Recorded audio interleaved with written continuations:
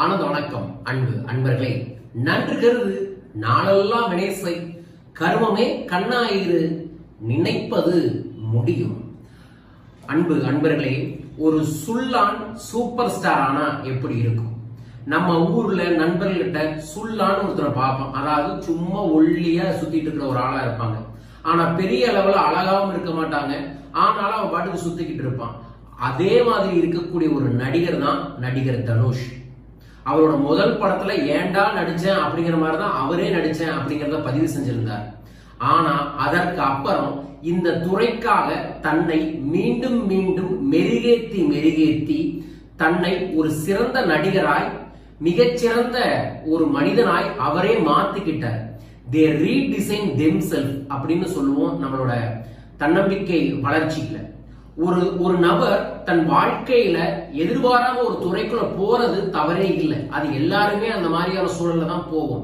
ஆனா அந்த துறையில போய் அந்த துறையில இருக்கக்கூடிய ஒவ்வொரு விஷயத்தையும் கற்று கற்று கற்று அதையே செயல்படுத்தி அதிலேயே மிகச்சிறந்த ஒரு இடத்துல போய் உட்கார்றது அப்படிங்கிறது மிகப்பெரிய விஷயம்தான். அதுல நமக்கு ஒரு இளைஞனாய், ஒரு எடுத்துக்காட்டாய், அதுவும் ஒரு இப்ப இருக்கக்கூடிய தற்கால ஒரு சுமாரான ஒரு இளைஞனா இருந்து சிறந்த நடிகரா வந்திருக்கக்கூடிய தனுஷுக்கு இன்னைக்கு பிறந்த நாள். அவருக்கு பிறந்த நாள் நல்வாழ்த்துக்களை இந்த நேரத்துல பதிவு செஞ்சுக்கிறேன்.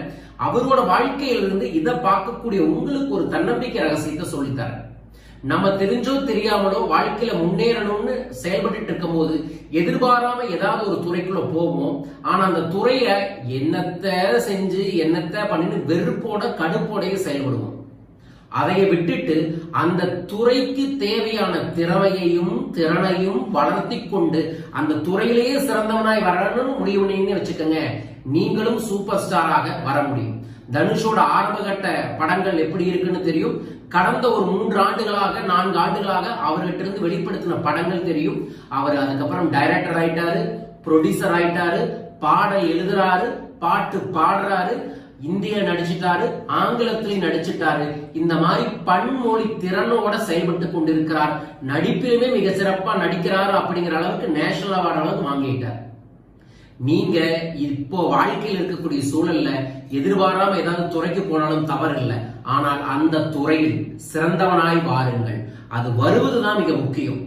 ஜார்ஜ் பெர்னார்டு சொல்லுவாரு, நம்ம ஒரு வேலையை செய்யறோம்னா அந்த வேலையை செய்யும் போது அந்த வேலைக்கான தேவதை மேல இருக்கும் அப்படிங்குவார்.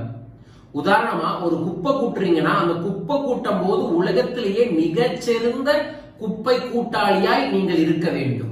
நீங்க ஒரு பேச்சாளராய் இருந்தால் உலகத்திலேயே மிகச்சிறந்த பேச்சாளராய் வர வேண்டும்.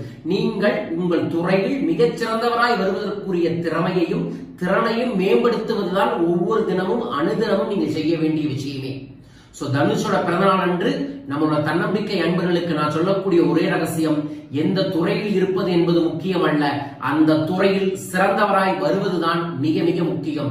சிறந்தவராய் வருவதற்கு முயற்சியையும் பயிற்சியும் தொடர்ச்சியாய் தினமும் செய்யுங்கள். நிச்சயமாய் ஒரு நாள் உங்களுக்கு கிழக்காய் பிறக்கும். அது உங்கள் வாழ்க்கையை சிறக்க வைக்கும். புரிந்து செயல்படுங்கள். வாழ்வது ஒரு முறை, வாழ்த்தட்டும் தலைமுறை.